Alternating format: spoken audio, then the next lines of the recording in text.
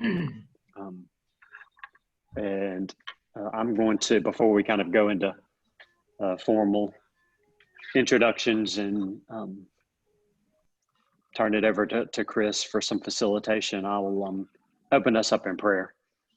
So let us pray together. Heavenly Father, for you alone are worthy to be praised. And, in the good times and in the hard times, which a lot of our hearts are heavy and are experiencing right now, you hold us in your hands. And Father, you prove yourself to be faithful time and time again. Father, we are so thankful for Jamie and Amy and the ministry at iTech and just all that you are doing through them, and just grateful for the opportunity that we have to gather tonight and to continue to learn and revisit what we have learned, and maybe even discuss questions that we may still have after going through the missions dilemma. Father, I just ask that you open our hearts, you open our minds, and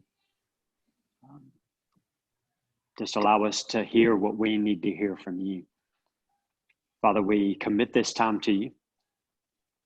We pray that everything we say and do brings you glory and honor.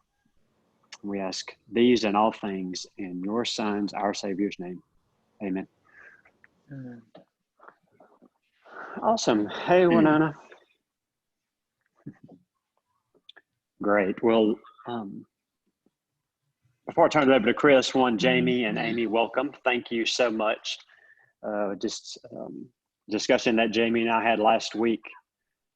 He offered up his time and just thought it would be great for us to gather, at least in this setting, one more time. And obviously, I know we're all struggling with this setting now. We can't wait for the day that we can be together face to face, but grateful that we still have the opportunity to gather. And when Jamie and I were having a discussion last week, offered it up just to like, hey, let's bring it to closure. And,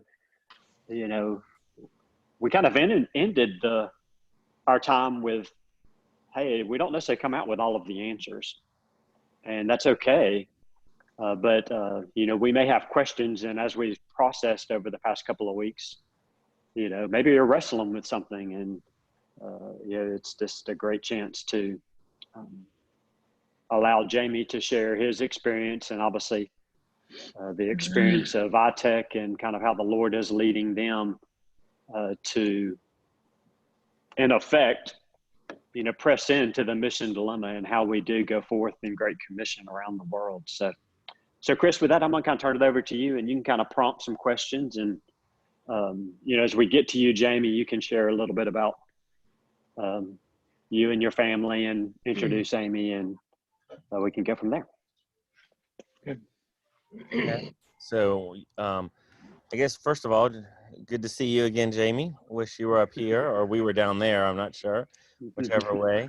But it's good to see you again. And to the people that are on the screen right now, just so you kind of get a flavor of who they are, we've got, I'm going on the way my screen looks, but Dave Kilo, if you can just wave. Dave Kilo serves on the Mission Development Council with Warren, leads with WHO, no, not WHO, GHO. Maybe he should lead the WHO, but GHO.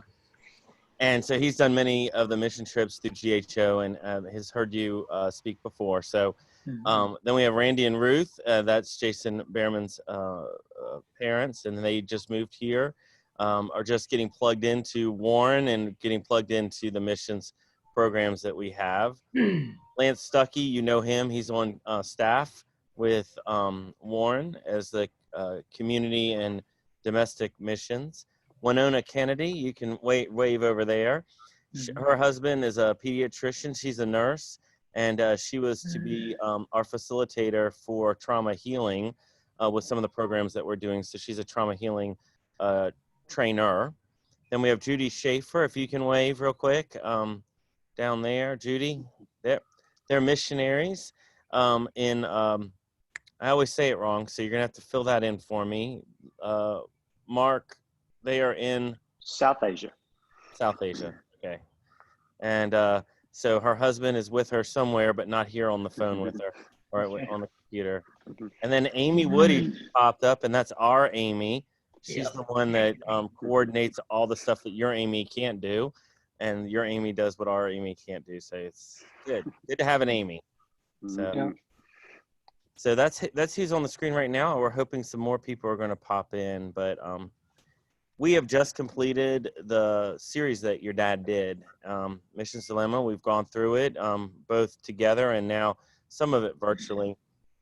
And it's been a very good experience. But before we kind of talk about that, I just was wondering, I know you all placed in your video series objectives, and that's kind of what every series does, of learning objectives. But from a standpoint of what were you hoping for us to gain from it as iTech? What is kind of the bottom line, not the learning objectives, but what's kind of the bottom line, if you could kind of summarize it real quick? What were you hoping we'd be able to achieve? Well, first of all, let me introduce our Amy, which I don't know if things are going to blow up with two Amy's on the same Zoom call, but Amy Spen is our training coordinator at iTech. She works alongside her husband, John, who is a dentist. Many years of experience both with iTech and also another sister organization that started out of iTech back in 2006 called Empower Approach. So really with the Missions Dilemma, the overall goal was for, rather than people here in the US to tell people in the US how we're doing missions, we wanted to get people from overseas that were having missions done to them to tell us some of the problems that they were experiencing. Tell us, and really the question is, okay, if you could say anything to the church in North America about how they're doing missions, what would you tell them? So this wasn't a, hey, why don't you say this sound bite or say this? It was simply, tell us what you think. Tell us how we're doing. And so the goal, that was the goal, is for the church to hear, you know what? We have to rethink the way we're doing missions. Continuing to do missions, and it used to be that adults would go on mission trips and they would do a project. Then it became, and Oscar Murillo in the Missions Dilemma said this. He said, now you send your kids. And he said, and one of the interviews that we did with him, he said, here was a kid before we left the airport who has never been out in a different culture. He said, I personally speak 5 languages. I am able to work in multiple different settings. And he said, before we even left the airport, this kid was telling me how to fix me. And then if you realize another time, if you remember, he said, we've been fixed so many times, we're a real mess now. And so the goal is, okay, if we continue to do missions without ever hearing the point of view of the people that we are doing missions to, then how do we know if what we're doing is really good, other than we feel really good about it? We plan from day one, before we set foot on the airplane, to the moment that we are back on the ground in the US. We have everything planned out, and the thing that's not included in there typically is indigenous help, indigenous support, indigenous relationships. So that was really the goal. The goal is, look, we have a dilemma. Do you realize that we have a dilemma? So I think this is kind of a unique opportunity, because you rarely be able to do a series and then look at the people that created the series and tell them, hey, we actually got what you were trying to do, or we didn't quite get it. So I appreciate you coming, because I was wanting to ask the group that has gone through it, when you listen to what Jamie said, that was iTech's vision. How did they do? How well did they do? And why do you see that it was well, or why did you see it wasn't well when you went through it? And so I'm going to throw this to y'all to participate. So I need y'all to unmute and talk. So if you can kind of answer Jamie's question of when he just shared with you.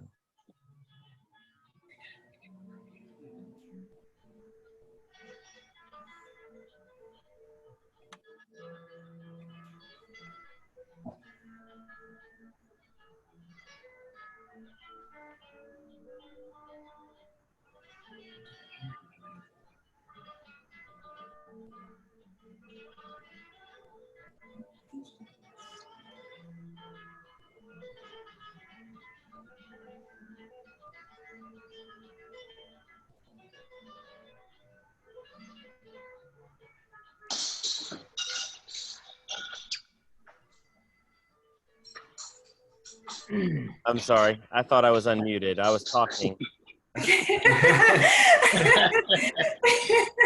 Forgot I muted myself. So somebody want to start up?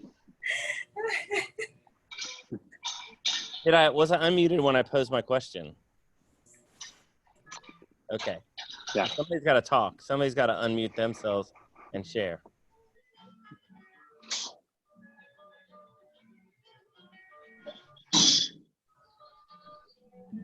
Anybody? I got some shy people. Judy, Well, I hate to be the pastor to jump in and speak first, but I think that, you know, each lesson that I was a part of, I think the dominant thing that came out of it was just the need for us to enter with a spirit of humility. And I think that after the weeks that we sat through it, if someone were to say to me, hey, Lance, you know, kind of sum up the big takeaway for me from the Missions Dilemma, it's just the need for the American church to enter in with more humility, understanding that that we don't have all the answers, that we need to stop and we need to listen. And I think those are probably going to be some of the key takeaways that I choose to share with others. Now, I mean, last week, a lot of great notes from last time we met. I guess it was 2 weeks ago now. But I do think that humility is probably the dominant thing that we need to develop as a North American church. Anybody else, can they share it? Jamie presented the objectives. How many of you can share with him? Did they do well or did they not do well, and why? Don't be shy now. Don't make me call you out, Amy, to answer. Amy? No, I thought it was all presented very well, very clear. And I mean, I agree with Lance, and he articulated it very well. I don't have any feedback of things that they would change. I mean, it was just very clear, especially from someone like your dad that lived it and saw the right, saw the wrong, and was able to just be very bold in telling his explanation. Judy Schaefer, you're the long-term missionary, so you've lived it from your side, and I saw you shaking your head. So if you wouldn't mind unmuting, and what did you feel when you heard it presented? Did it strike a chord with you of agreement? Did you find some things that you disagreed with? How would you share with Jamie what you got out of it? Okay, sorry, no problem. Unmuting, yeah. No, I can't do anything but totally agree, because we've been in South Asia. Even before we were in South Asia, both of us had short-term, 2-year terms in different places, where in both cases there had been long-term presence of missionaries. And particularly my particular setting, I could see where, as I left and then went back for a short term, again, I could see where what we were doing was really not probably the best thing. And thankfully, that particular mission station ended up closing down and really getting more from the people. What do you need, and how can we come in and help? Then as we transitioned to work with, we were seconded to a group that had been in our host country for a number of years. The whole organization, though, went in with the idea of working themselves out of a job. Now, they did a fairly decent job, although I had some, they were working with 39 different mission organizations. So we had lots of different flavors. And as we saw different teams come from different parts of the globe, it was interesting. Some of our fellow like European missionaries talked about the mission holiday groups that came in. And I mean, we were already beginning to kind of get that. And we had to reevaluate what are we doing here? Are we really helping the growth of the church? Are we participating with, or are we, we really learned about going in as learners and with an humble spirit, but also with an attitude of learning and not deciding what we were going to do. And we made some good decisions. We made some mistakes too, and learned alongside. Our thing was, again, work our way out of a job. So I so appreciated what, and particularly Oscar was one of the best. He articulated it the strongest and the most eloquently and direct. I appreciated what he had to say, because he told it well, and I don't want to step on anybody's feelings, because teams from the States come with grateful and want to help hearts. But if they haven't been given enough education about what they're really called to do, and I think that's, I think the book helped us understand that needs to take place in a fuller, it's not just an idea, oh, I want to go somewhere. So I really appreciated and so thankful for this book that articulated it in, very strongly, but with great love, and in a way that I think will not discourage people, but will help people want to know more about before they go. And that, I think, is truly, truly helpful, and really help. We're all called to be wherever we are, and sometimes God does call us. But it's not just a whim, but it has to have some education, and it has to have a right heart and humbleness, but also the idea of going, learning, because we have some great brothers and sisters across, in other lands, and we have learned so much by listening.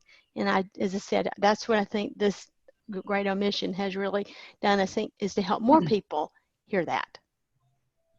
Thank you. Jamie, what year was that produced in?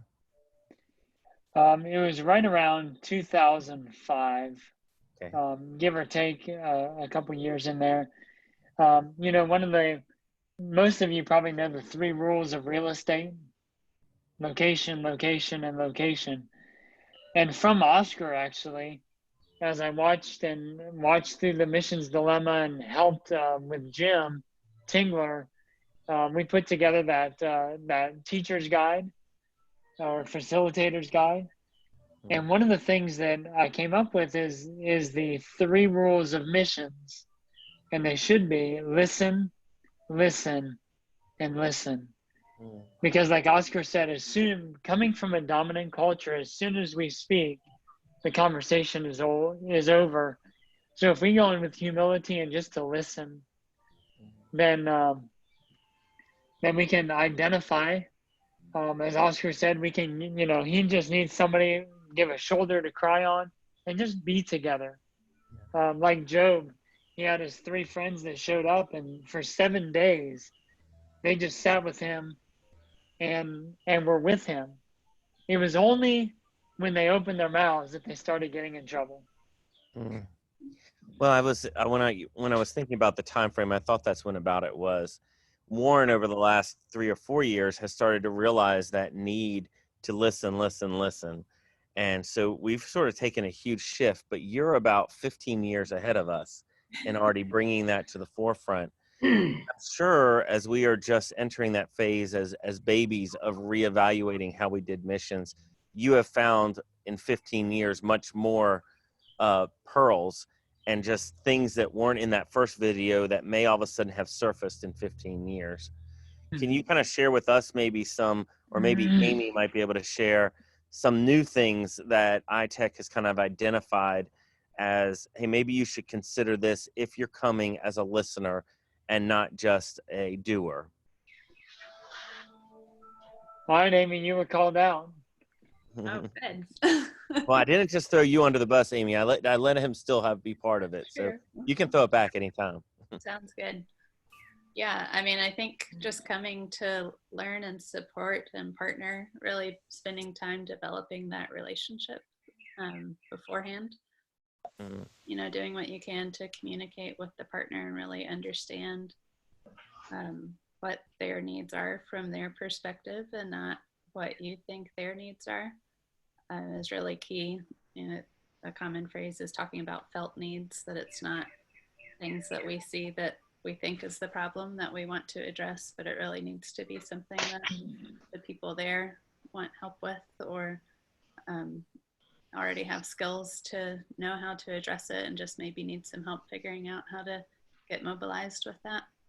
Mm. But, So you're saying instead of telling them what their problem is, figuring out what they see as a problem and figuring out how you can become up or help them find their solution. sure. Is that what you're saying? Right. Yeah. So the book, When Helping Hurts, talks a lot about asset-based versus needs-based, Mhm. helping a community kind of discover what their assets are that they already have, not just seeing themselves as poor people in need of help and handouts, but really understanding what they have to offer and then supporting them and how to use that to reach their community. So. Awesome. Yeah, you know, when God was speaking to Moses, he said, "Moses, what's in your hand?" And that's a principle that we need to utilize because we tend, as North Americans, we tend to look at what people don't have instead of what they do have. Mm. Okay. Is there any other problems that you all have identified that you think should have been added to the video if you could redo it in 2020? You know, it's funny that you say that. We're actually in the very, very beginning process of putting together a series that brings some principles to bear on fixing the missions dilemma or resolving the missions dilemma. A number of years ago, we actually did a series called The Resolution to the Missions Dilemma with 4 churches of 4 different sizes, 4 different denominations, from 250 people up to 30,000 people. Those were the size of the churches. And we had about 48 hours of footage. And I went through all of it, and there were a lot of good nuggets. It was just very, very dry.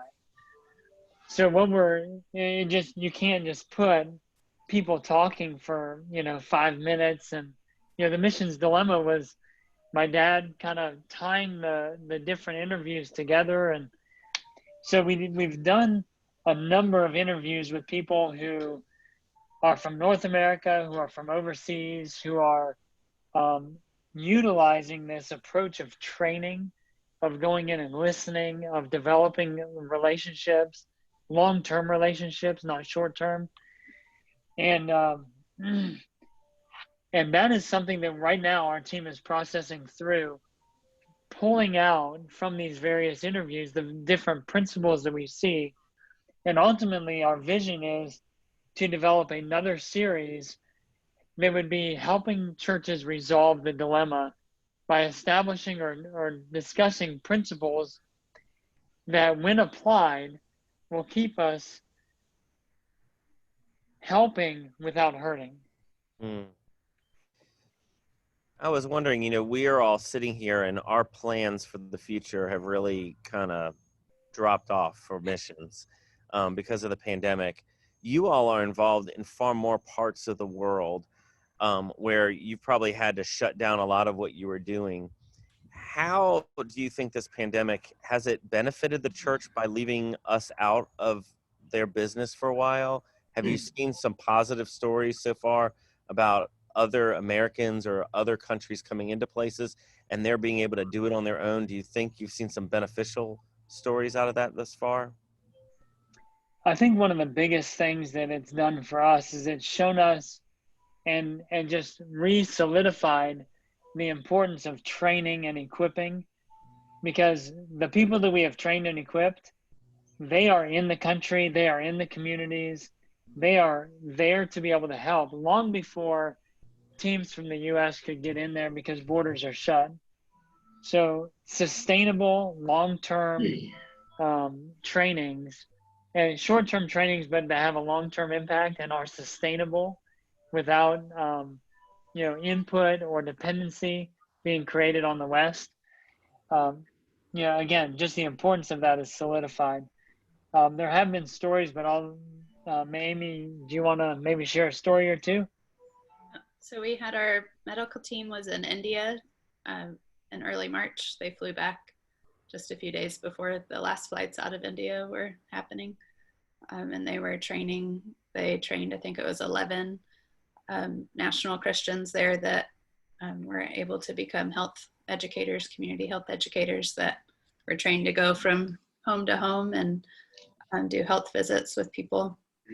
Obviously, in light of the corona crisis, that was a valuable skill to learn, and they have been able to, in some of the areas, continue going around with social distancing and some places it's on strict lockdown, but they're still able to be a resource to their community in that way. And even basic things like hand washing and hygiene that, we think everybody knows and understands, that is obviously a big part in preventing the coronavirus from spreading.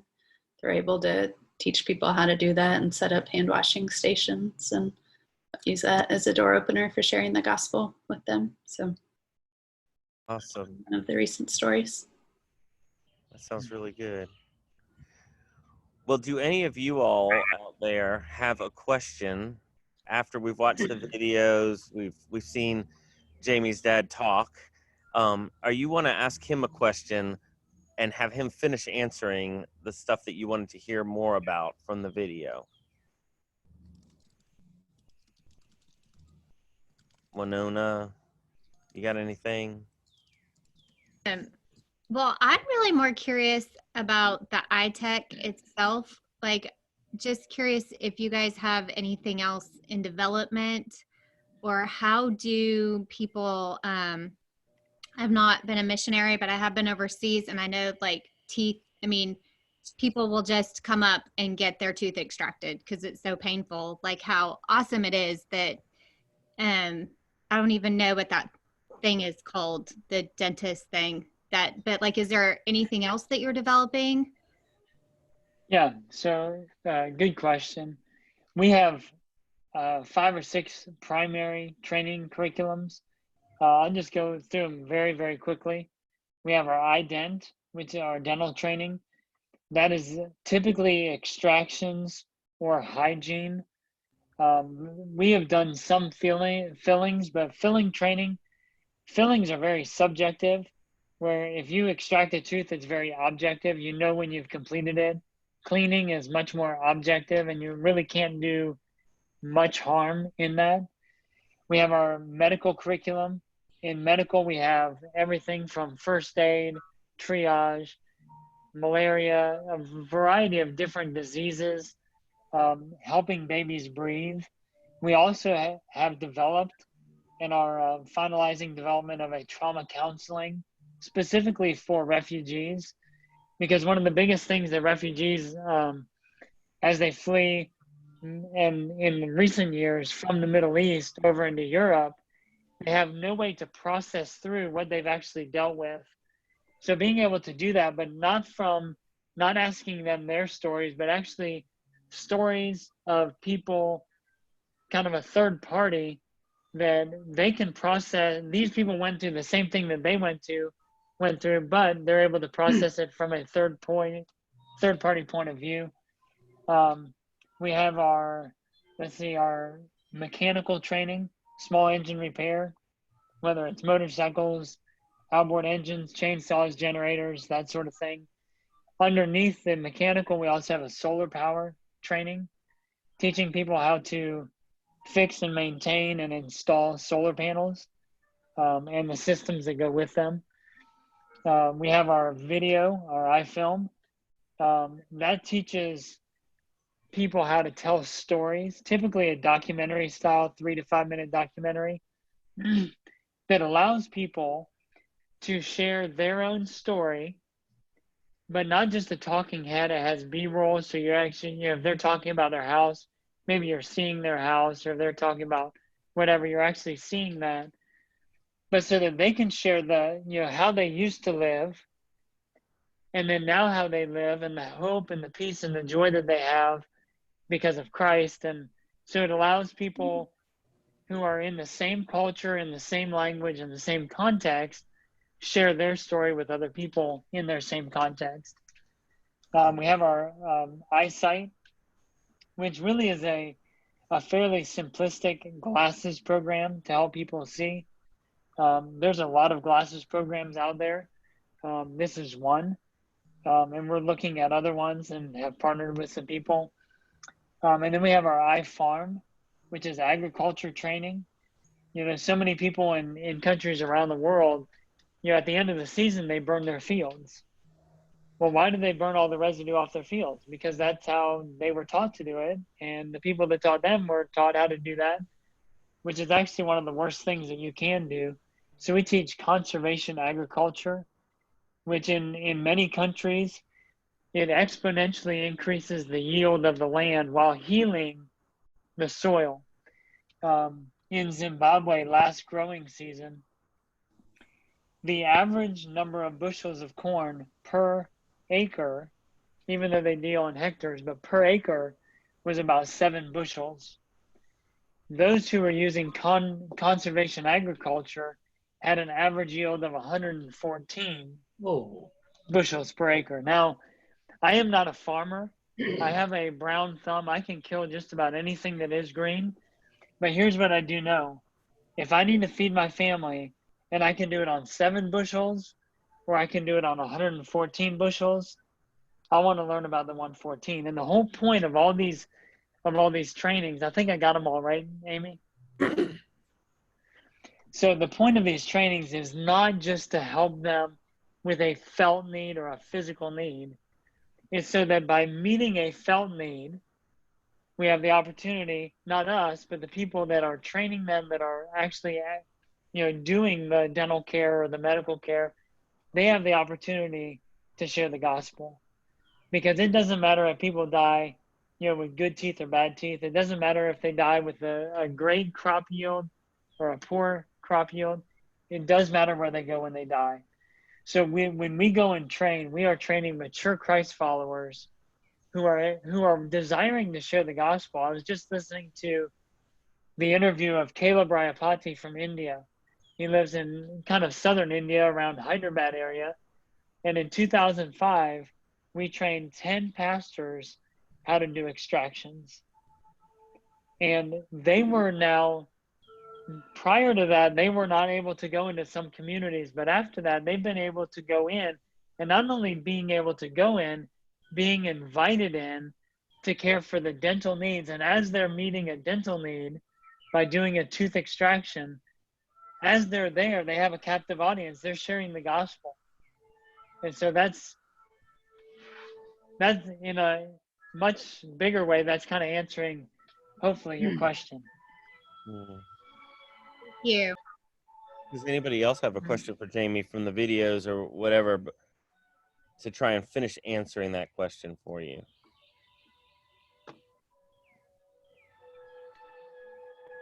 Well, Jamie, we usually have a very talkative audience, but I think they're a little bit shy tonight. They are shy. So I have really, I don't want to keep calling them out because they may not return to another thing I moderate. But I'm going to throw it to you because you have a group of learners that have sat through the program that you all developed. Do you have any questions for us? And you can point out whichever one and ask them, did they get the point or did they not? And ask them other questions about the video series to kind of see what did they learn. And if Amy, you have a question, since y'all are developing a new series, I'm sure you're going to be coming up with a new objectives for new learners. And this may be an opportunity for you to see what bent maybe iTech would be able to present to get the point across. Yeah, I'll ask, we'll start with David because he hasn't said anything yet. Hey, David. So you're involved with GHO. Yep. We are friends with GHO and CMDA. For those of you, do you guys all know who GHO is and CMDA? Yes, this group will know. Yes. Okay. Yeah. So yeah, they should because of you and Mike and all right.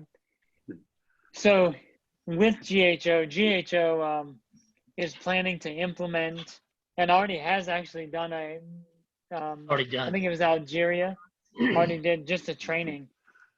But what do you see as the balance, a good balance between the going and doing and the going and training? Yes, please. I think that in order to know how to train, that it takes an incredibly close relationship with your national host, whoever the pastor is. I think listening to him, we can have a whole battery of 7 things, and we can have a battery of things that we're ready to take in, but we can't force them on them until the pastor really does believe and understands where we're trying to do it, what type of resources we have available, and then give him time to make that decision about, okay, who are the 2 candidates that I want to line up to train first aid, who are going to give the backpacks to, and then we're going to and then send them on the way to go out and open those home visits, and because that's what we're really interested in doing. We really want to empower church members to do it, and the balance is working with the host missionary who says, okay, I can use these elements to help foster our growth and expansion of the gospel. And you see, that's the question I have, because we in what you've developed and what CMDA has bought in, and Trish and Mike and myself, I fully believe in every bit of it.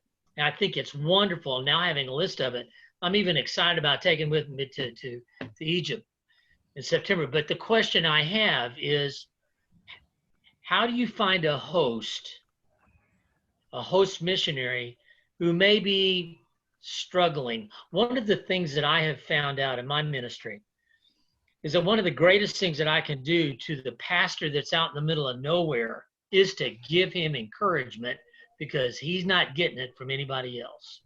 Mm-hmm. And if we can give him encouragement about walking with the Lord and staying close to him and staying in contact, then maybe that freedom will open up to where he'll be able to think beyond just, how am I going to make it to the next meal? How am I going to look past the work and focus on the Heavenly Father? I don't know if that answers the question about the balance. But I certainly appreciate everything you guys have done. The only true question I have is this. I understand that all of these elements, everything, a lot of the things that iTech has done, particularly with regards to the planes and the dental and those kind of areas, are really in the third world country, where they are really, really struggling. But what has been your vision for not third world countries, but let's say in Egypt, let's say where they've got a health care, and it may not be the best, but they've got something there already. Those that have a little bit more development, is that where you drop back and pick up the trauma counseling side of it, and help me understand what tools we're looking at more developed countries? Sure. So really there's 2 questions that you brought up. The first question, everything has to be based on relationship with the local partner. No question. It needs to be a trust relationship that they don't expect. A lot of times how the relationships work is, hey, indigenous partner or missionary, we want to bring a group, what can we do? Where they don't feel the freedom to say, you know what, no, we don't need you to come right now, because what really the North American church is hearing is, when you don't need them, you know, you don't only not need them, you also don't need their money. And so they stopped supporting if they were supporting. As far as the developed versus or developing world versus developed world, that's been a very interesting challenge, because a lot of times you have a third world population inside a first world country, like in Egypt, like in many places in Europe. We were just over in northern Iraq, and one of the things that we did there, just like we did in Greece, is rather than teaching dental extractions, because legally we would not be able to do that, even though the people that we would train would be working on a developing world population, refugees. What we taught dental hygiene. And the church in Greece was bringing people every week, 1 day a week, from the camps to the church, and they were having their teeth cleaned there using battery-powered ultrasonic scalers. Now, even in developed world, there are opportunities for non-invasive trainings, like medical. And what we tell them is, look, we're not expecting you, and we're not training you to be nurses and doctors. What we are training you to be is the first level of care. First responder. Because, yeah, it may be an hour and a half to get to the nearest clinic. And if they have an issue, especially if they have a relationship, so in those settings, we try to get somebody from a larger city who is a Christ follower, who is a medical professional, who then can go out and train with us.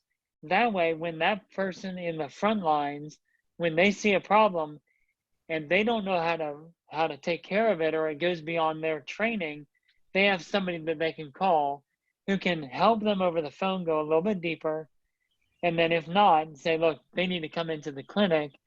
And then you have people from the church here transporting that person to where the other Christ follower is. And so you have the church working together to help somebody who has a need. But our mechanical training, our film training, trauma counseling, all of those are able to be used in developed world countries, because it's not invasive. We're not going in like in dentistry and removing a tooth. And so by going in, we're actually supporting their healthcare or other systems and helping their people by learning a skill. Can I add to that as well? A lot of times in the developed world, there's a very good chance that the church that you're working with in Egypt, or for example, we were talking to a church recently in Beirut, Lebanon. They probably have professionals there, or highly skilled people that could do trainings, and you could walk alongside them and help them think through how to do a training and how they could go out in their own communities and train people, or how they could maybe reach out into the lower income parts of their communities or refugee camps around them, that sort of thing. So it sounds like to me that when we put it all together, we're not just talking about working with one leader and training him up. What we're talking about is him identifying members in his church that that he believes has a call for ministry, and then bring them in and expose them to multiple elements, or the multiple types of ministries that are available, so that when we're gone, they can carry on. Well, our trainings are specifically one person during one period of time would only learn one training. Normally our trainings run anywhere from 4 to 10 people, depending on the training, depending on the location. So very small, very strategic groups, because we want to go deeper rather than wider. And many of the trainings, the non-invasive trainings, can be taught very readily to other people with just a little bit of practice. So if the people who are taught put into practice what they've been taught, and again, this is pretty much almost everything other than the dental extractions, though in India, some of the people that have taught, because they've they have utilized this consistently for years.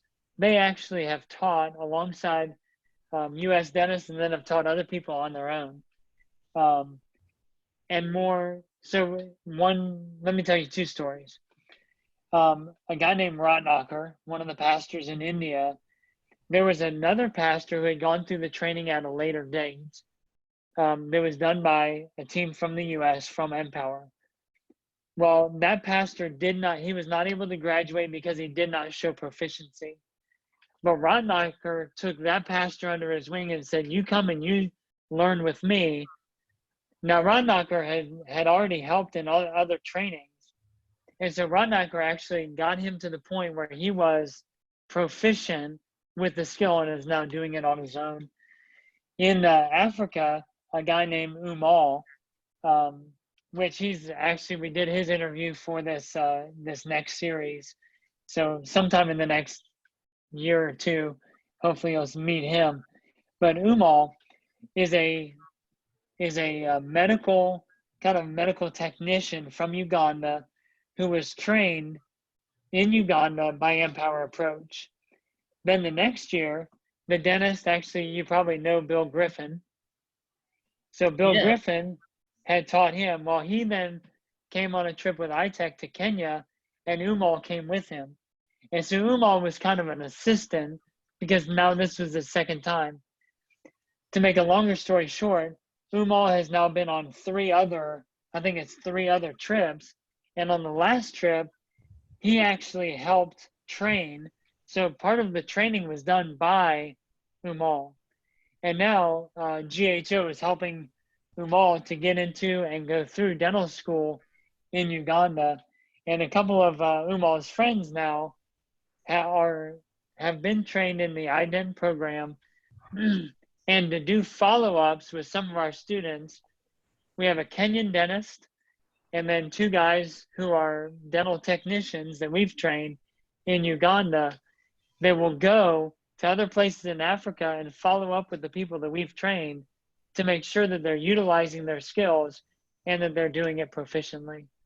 So, all the skills can be passed on, but typically we say for the dental, you need to take your time and not do it until you've worked with us a few more times.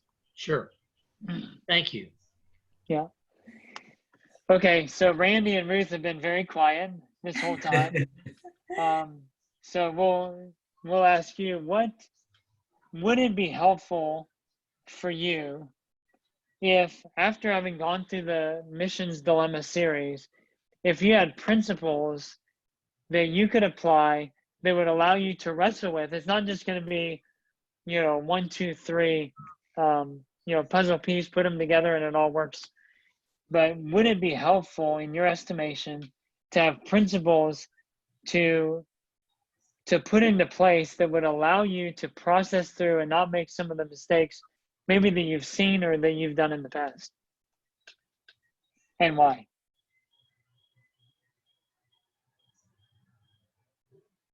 Well, I guess that it's a good thing to have those principles to lean on. We're fairly new to Warren, and we were just getting plugged into all of this. And Mission Dilemma, that was kind of new to us. So we're kind of in an educational phase here, I guess, of just learning and trying to understand what all this is about. But I think if I understand your question, that anytime you have a good set of principles to fall back on, you're going to have a much stronger foundation to build on. Mm-hmm. And that's what I'm kind of seeing out of all of this right now. I don't know about you, Ruth. No, I was going to say the same thing. I think principles are always good because it gives you a foundation, it gives you a base to build on. Mm-hmm. Thank you. And I love that. I'm sorry, Jamie, if I can kind of intersect. I love that just from an aspect of having that filter to be able to look through and say, hey, because I think that's, certainly in Lansing, our leadership and how we go forward in missions, it's always the evaluation. Well, are we hitting the mark? Yeah. And Yeah. you know, that's those principles I think can help verify that. Yeah, and let me, just as a kind of a disclaimer, we don't have this whole thing figured out. Good. Yeah, just so you Okay. guys know, we No, don't. Amy, we're not Amy's like. supposed to have that. Yeah, we don't have all the answers to all the questions. We make mistakes too, but we do have some principles that guide us, that allow us to the best of our ability, work through and with local partners where they are in the driver's seat, not us. When we only come in after we have a trip evaluation team, and we only go in after our trip evaluation team has spent a significant amount of time electronically, whether via email, also something like a Zoom or Skype or WhatsApp, to make sure that they understand, that we understand what their needs are, that they understand that it's a partnership. This is not just, we're going to pay for everything and do everything, even though we're training you. No, they need to have skin in the game as well. Because if they don't have skin in the game, then there's no value to them. So why would they continue to do, what we've taught them to do? But when you have a good partner, and that partner is choosing the right students, then that partner also is the accountability structure to hold the students accountable for. And by students, it could be pastors, it could be church leaders, but mature Christ followers from within the church. Then there's that accountability built in where we still want to hear about it. We still want to know about it, not from a standpoint of numbers, not from a standpoint of the number of people that are being trained or the number of people that are getting saved. That's the Holy Spirit's job. What we want to know is, are they utilizing the skills that they've been trained to do? And once they've put those into practice and they're utilizing them, then we're more willing to go back in and do another training, either with the same students to a higher level or with different students in a different program or the same program. So there's a lot of things that we wrestle with. We're really excited about this new series, which again, we're just on the very beginning of it, trying to establish, okay, what are some principles that the churches can use? And I asked Amy to come on tonight because this is something that really is about the second time that we've done something like this with a group that has gone through the missions dilemma. Just being able to say, okay, is it helpful? And we know the biggest problem with the missions dilemma is it brings up the problems and it doesn't solve them. But a lot of times as a church, we need to see the problems. And by seeing the problems, we can say, okay, well, something's got to change. Again, we can't be so fearful that we just say, okay, well, we're not going to be involved anymore. We're just going to not do it. There are lots of books out there. The Great Omission is one that I think you've all read. There's also, has been mentioned, When Helping Hurts. Toxic Charity is another one that I'm going through right now, which the author of Toxic Charity, Robert Lupton, he wrote another book called Charity Detox. And I'm going through that book right now. And there's so many resources out there that are helping us identify issues, and some more, I think When Helping Hurts, at least for me personally, establish some abstracts on solutions. It wasn't cookie cutter, but it said, okay, here are some things that we need to make sure that we don't do. Here are some things that we need to make sure we do. Moving from relief to development. Well, when do you do that? Where is the line that says, okay, well, now we need to go? And Mark and Chris from South Africa and I have been wrestling with that. Okay, well, there's a need right now, and there's a need for food. Okay, we're in a relief point of view. Well, from relief, we can't just always now be in relief, like Haiti. There's my twins. Come say hey real quick. Hey. So, for those of you who didn't know, I have 6 daughters. Plus, we have I think 3 additional friends over tonight. Plus my wife. So and then 2 female dogs. So there's a lot of females in my house. So Jamie's on for all night tonight. He'll just keep going. And my wife is gone. She's up at church. She is the worship leader at our church now. So anyway, it's daddy daycare, I think is how it works. But anyway, what we want to do is we want to. So that was when helping hurts. Toxic Charity identified a lot of the problems. Charity Detox is trying again to kind of doing more of the, and I haven't gotten that much to it. I'm on a Zoom call. Okay.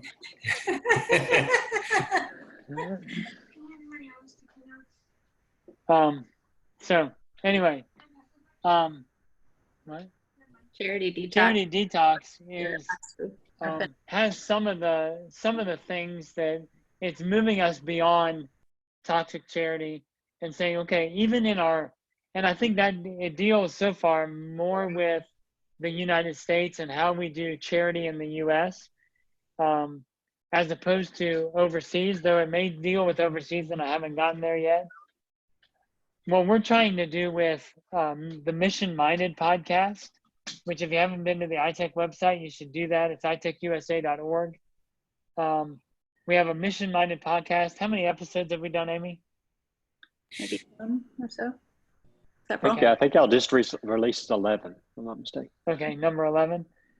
And what we have is we have a lot of different voices talking about this issue of the dilemma that we have as a North American church in missions, the omission that we have committed in trying to fulfill Christ's Great Commission, leaving out the indigenous.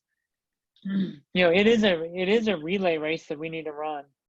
And so we're really hoping that this new series and that, this is gaining traction, this thought, because people are going and they're coming back feeling really good, but then realizing, what did we really accomplish that's going to last beyond the time that the trip, and the team comes home.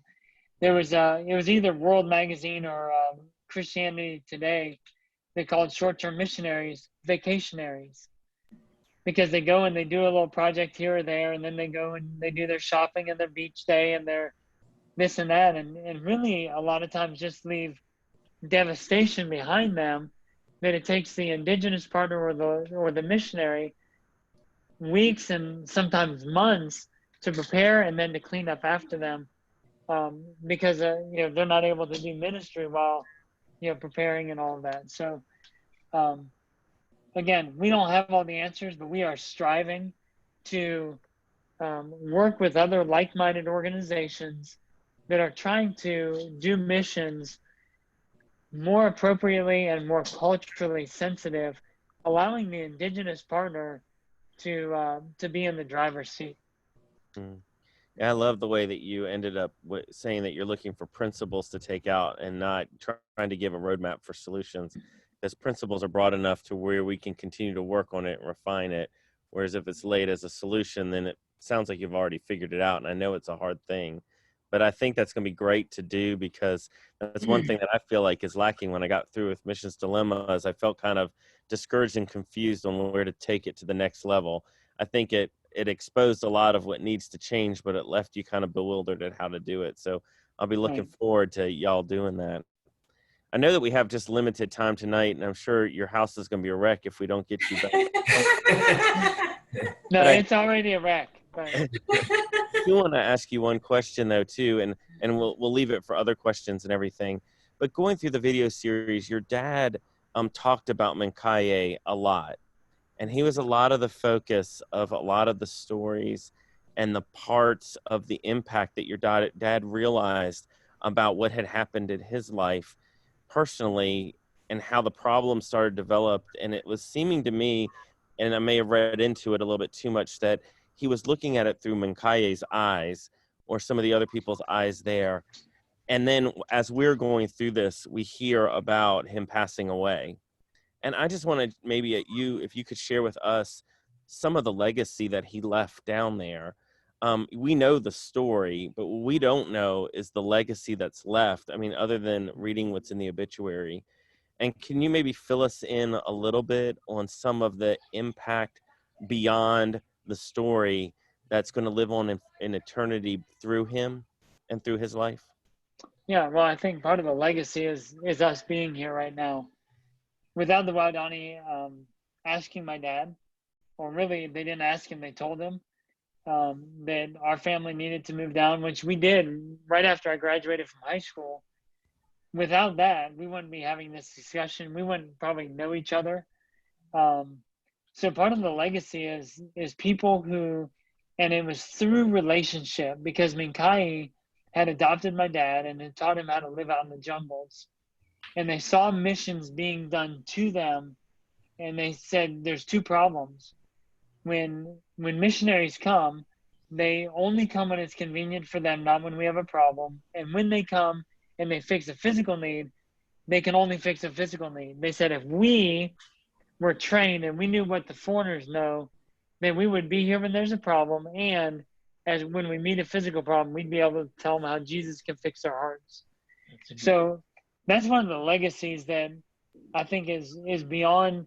I mean, it's a cool story and all of that, but the legacy is if them asking the question leads to people in North America and Europe and other places that are sending missionaries and that are wanting to be involved in missions, if they would do it in such a way that it becomes a multiplication effort and not an addition effort, not going to try to win souls, trying to go and equip people who can then go in, and it's the church's job to evangelize and then to disciple.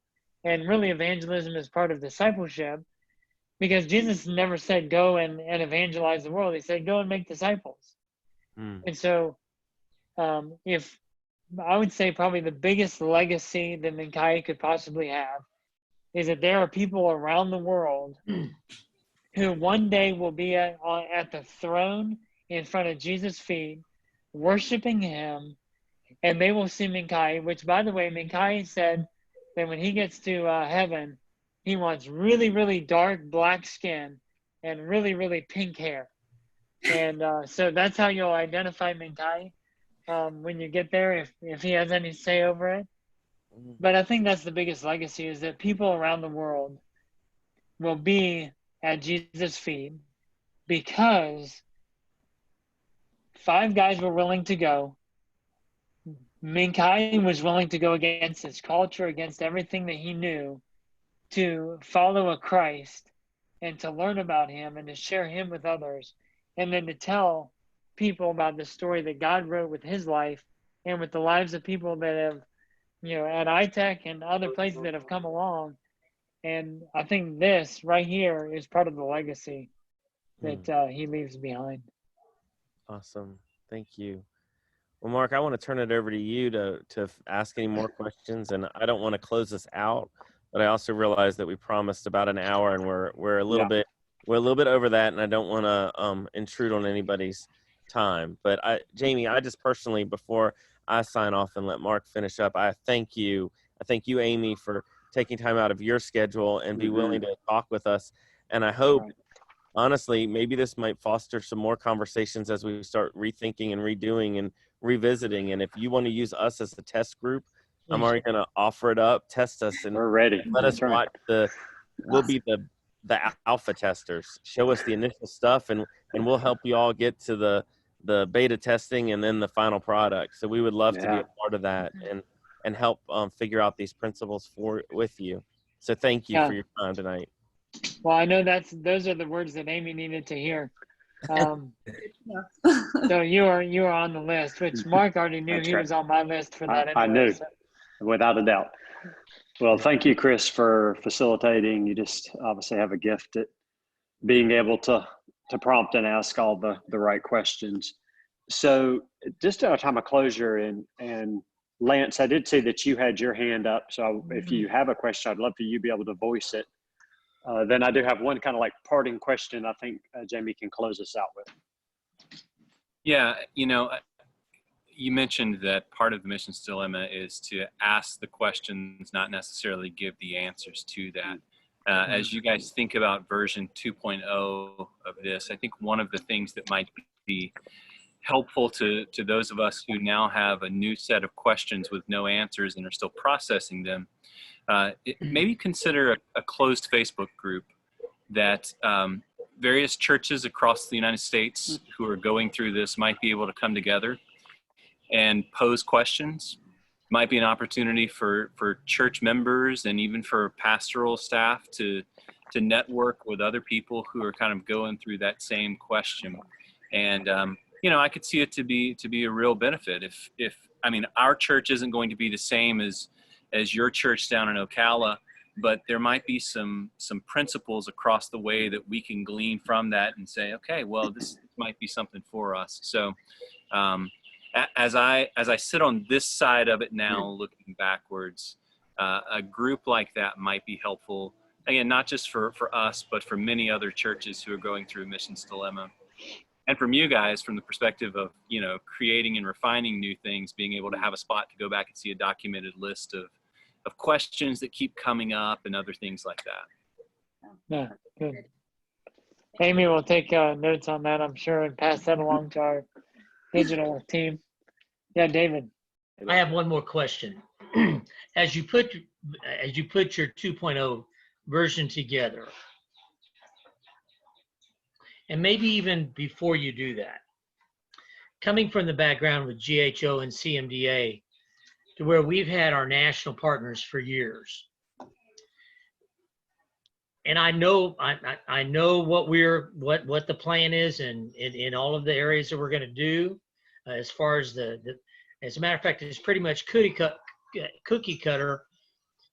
All of the types of medical missions that we are doing, we're going to begin to expand now with regards to community health. But I would like to have or know a little bit about how do you plant a seed in one of the host missionaries to where they get the vision to take advantage of this.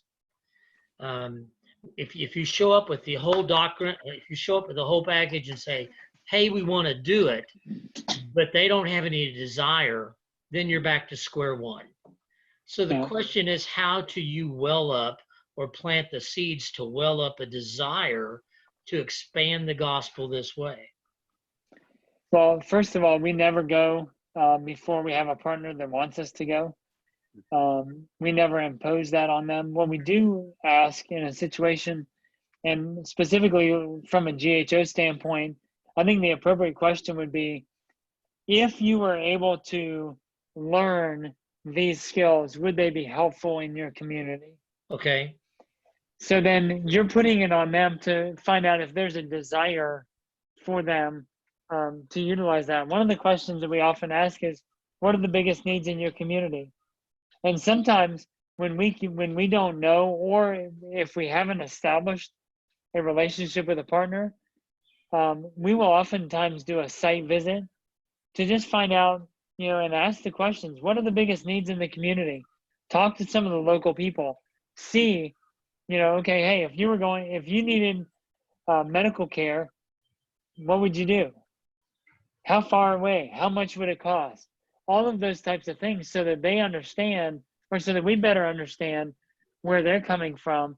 And then through that, we're able to spend 2-3 days on the ground with them. And when you're with them, you can kind of tell if there's something, you know, whether they're good or they're not so good.